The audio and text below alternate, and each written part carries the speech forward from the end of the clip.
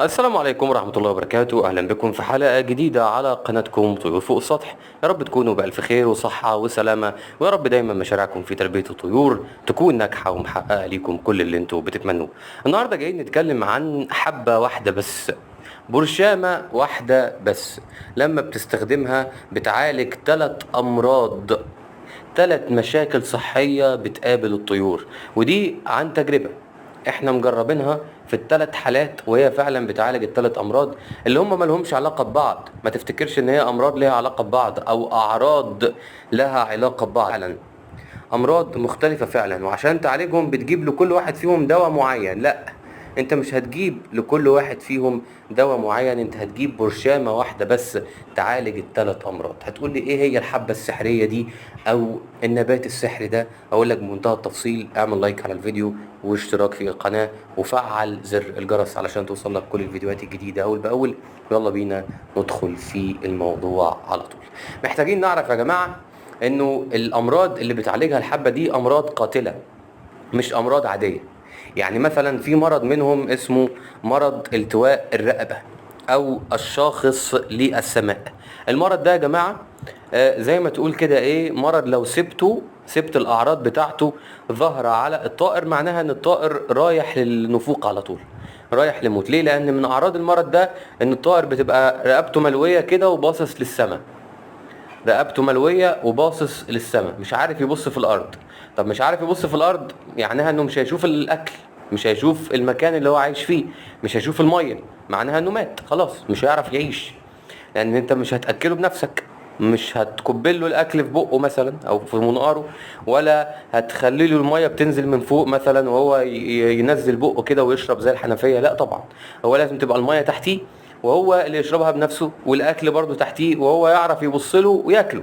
لكن طول ما هو شاخص للسماء وباصص للسماء ومش عارف يعدل رقبته لتحت، ده اللي هو التواء الرقبه، يبقى مش هيعرف ياكل ولا يشرب، يبقى ده يؤدي الى نفوق الطائر بمنتهى السهوله. تمام؟ طيب ده بالنسبه ايه؟ بالنسبه للمرض الاولاني اللي بتعالجه الحبايه. لسه في امراض تانية بتعالجها الحبايه. عندك برضو الاسهال الابيض. الاسهال الابيض ده مرض خطير برضو، وعرض كمان، يعني ما يعتبرش مرض، لا ده كمان ده يعتبر عرض لبعض المشاكل التانية. يعني لما تشوف الاسهال الابيض ده تقلق، مش حاجة بسيطة، يعني مش حاجة تعدي كده مرور الكرام عليك انت كمربي. لا، اسهال ابيض يعني لازم تاخد بالك بمنتهى التفصيل ايه سبب الاسهال الابيض ده. وبعيدا عن سبب الاسهال الابيض، وبعيدا عن هو ليه اصلا موجود عند الطائر، انت محتاج تتخلص منه تماما. صحيح؟ والحبايه او البرشامه اللي انا جاي اكلمك عنها دي بمنتهى البساطه والسهوله بتحوش الاسهال الابيض وبتخليك تتخلص منه تماما.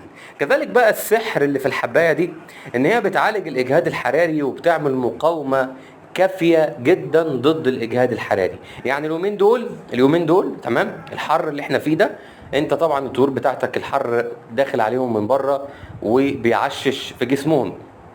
تمام؟ ولما يعشش في جسمهم ده بمنتهى البساطه هيخلي الطيور ايه؟ الطيور مجهده حراريا، مجهده. تمام؟ الاجهاد الحراري ده هيؤدي الى ايه؟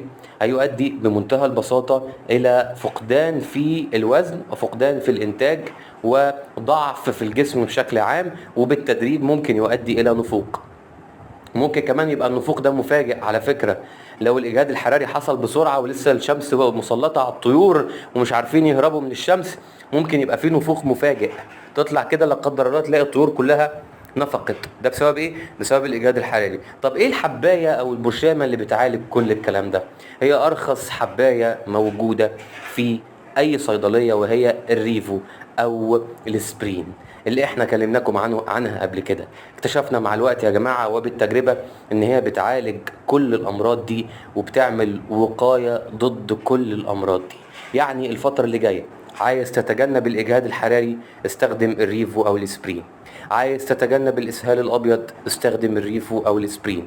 عايز تتجنب التواء الرقبة، مرض الشخص الى السماء، استخدم برشامة الاسبرين او الريفو. تخيل كل الكلام ده موجود في علاج واحد بس وحاجة واحدة بس، لو استمريت عليها انت بتبعد الطيور بتاعتك وبتنقى بيها عن اي عرض او مرض له علاقة بالثلاث مشاكل دول. تمام؟ بس هل ده معناه ان البرشامة دي لوحدها بتعمل كده؟ لا طبعا. مفيش برشامة لوحدها بتعمل كده.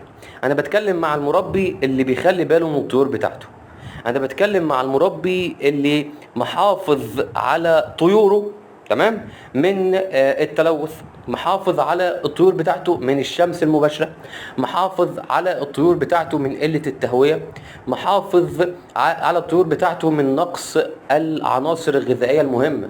ما تجيش انت تستخدم الاسبرينا دي او الريفو ده وتقول انه خلاص كده الطائر بعيد عن كل الامراض.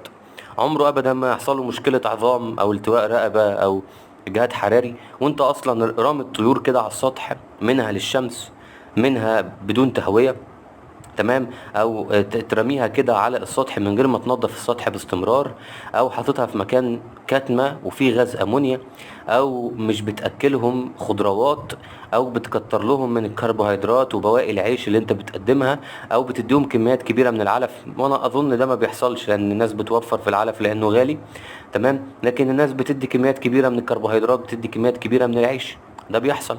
وناس كتيره بتشتكي من سمنه في الحر. في الحر الطيور بتاعتها بتسمن وبتقطع بيض بسبب الكربوهيدرات الكتيره، وفي الحر رغم ان الحر صعب يحصل فيه كده بس بيحصل من كتر كميه العيش اللي بنقدمها للطيور. فانت عايز تحافظ على الطيور بشكل عام، خلي بالك من كل حاجه. بس انا لما بجيب لك حبايه كده وبقول لك عليها حبايه سحريه، لان هي فعلا بتساعد في حل كل المشاكل اللي انا كلمتك عنها. طيب بنستخدم الريفو ازاي علشان تحافظ على الطيور بتاعتك بشكل مستمر من كل الاعراض والامراض دي؟ هنستخدم الريفو بشكل منتظم. الشكل المنتظم ده انت بتحدده حسب قدرتك وحسب رغبتك.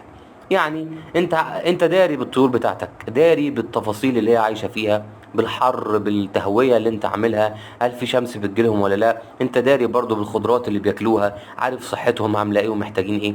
فهم لو مش محتاجين قوي للريفو ده ممكن تستخدمها يوم ويوم لا، تمام، يوم تستخدمها ويوم لا. لو الكل يوم بقى في حر وانت مش عارف تتعامل مع الحر ده باساليب تهويه او تظليل او اي حاجه، فلازم تستخدم الريفو ده كل يوم، كل يوم. ومش بس طبعا عشان الحر، عشان اعراض وامراض كتيره جدا ممكن تظهر على الطيور بتاعتك وانت مش واخد بالك ومش حاسس، تمام. رخيصه، من الصيدليه، متوفره، سهل ان انت تتحصل عليها، تمام. لو حسبتها شهريا هتلاقيها بتوفر لك مش بتاخد منك، لان مقابل ده انت هتحمي الطيور من مشاكل كتيره جدا، وكمان هتزود الانتاج لان الانتاج متعلق بكل المشاكل دي، خصوصا مشكلة الإجهاد الحراري اللي احنا كلنا بنعاني منها دلوقتي في شهر أغسطس. ده كان الفيديو، ما تنساش تعمل لايك على الفيديو واشتراك في القناة وتفعل زر الجرس علشان توصلك كل الفيديوهات الجديدة أول بأول عن طريق إشعارات مباشرة ليك من اليوتيوب. ونشوفك على ألف خير في حلقات جديدة، والسلام عليكم ورحمة الله وبركاته.